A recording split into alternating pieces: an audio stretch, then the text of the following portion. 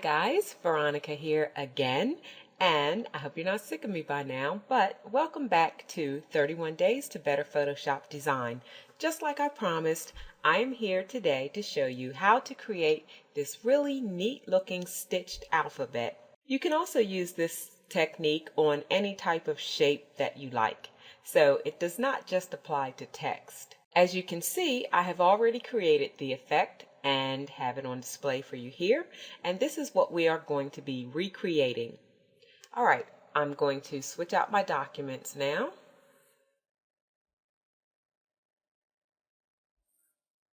And here is the texture that I'm going to be working with. The very first thing that we are going to do is create our text. But before we do that, I am going to show you once again what we are going to be doing. We've created a brush preset. So what I'm going to do is open up my brush presets so you can see that. And what I've done is gone here to my brush tip shape, and instead of 32, I put this at a 20. And then I changed my dual brush size to a 4, I think. Honestly, I don't remember. If I don't like it, I can always come back and change it. Okay, so we're going to begin by creating our text. And of course, here is the text type tool. What we're going to do is right click or double click here on this little arrow and go all the way down till we see the horizontal type mask tool. And that's the tool that we are going to be using to create our text. And what it's going to do is create the text in quick mask mode.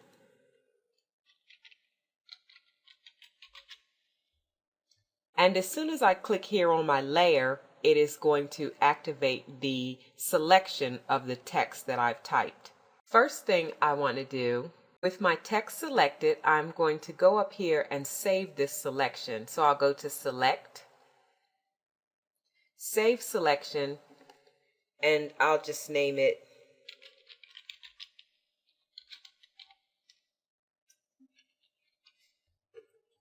Now I am going to select Modify, Contract by 15 pixels.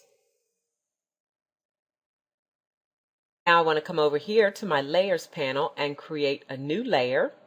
And I want to come over here to my Paths panel, and I want to click here to create a work path from my selection. And with that done, come back over here to my brushes and choose Brush. And now I'm going to stroke my path, but I want to make sure to change my color first. I'm going to be working with white. So I will just X on my keyboard to switch from black to white, and then hit that button to stroke my path. Now I'm going to zoom up so you can see what that looks like.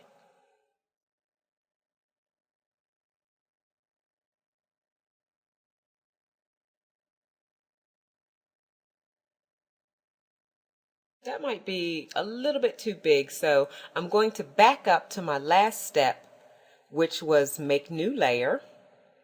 I'm going to come here and change my brush size to 16.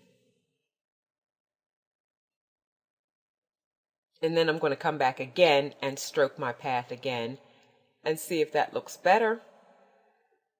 I can't really see it because the path is in the way. So I'm going to go ahead and just delete the work path. It's going to ask me if that's okay, and I say yes. And now I can see at 16, that looks pretty good. I like that. All right, I'll zoom out again.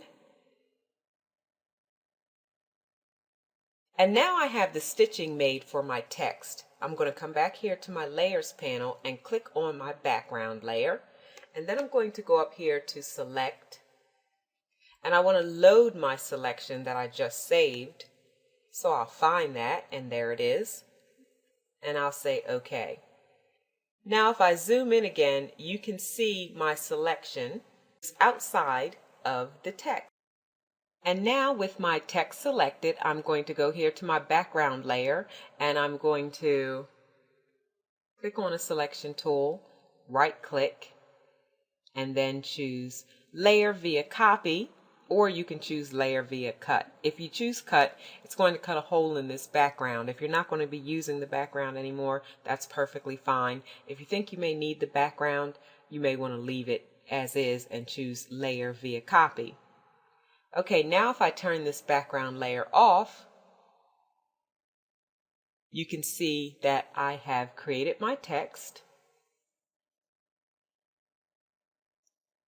and it has a stitched effect.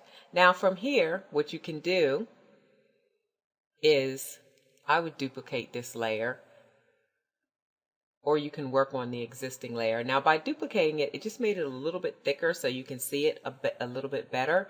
And I can apply some layer styles, which is what I've done in the image before, to give it a more textured look.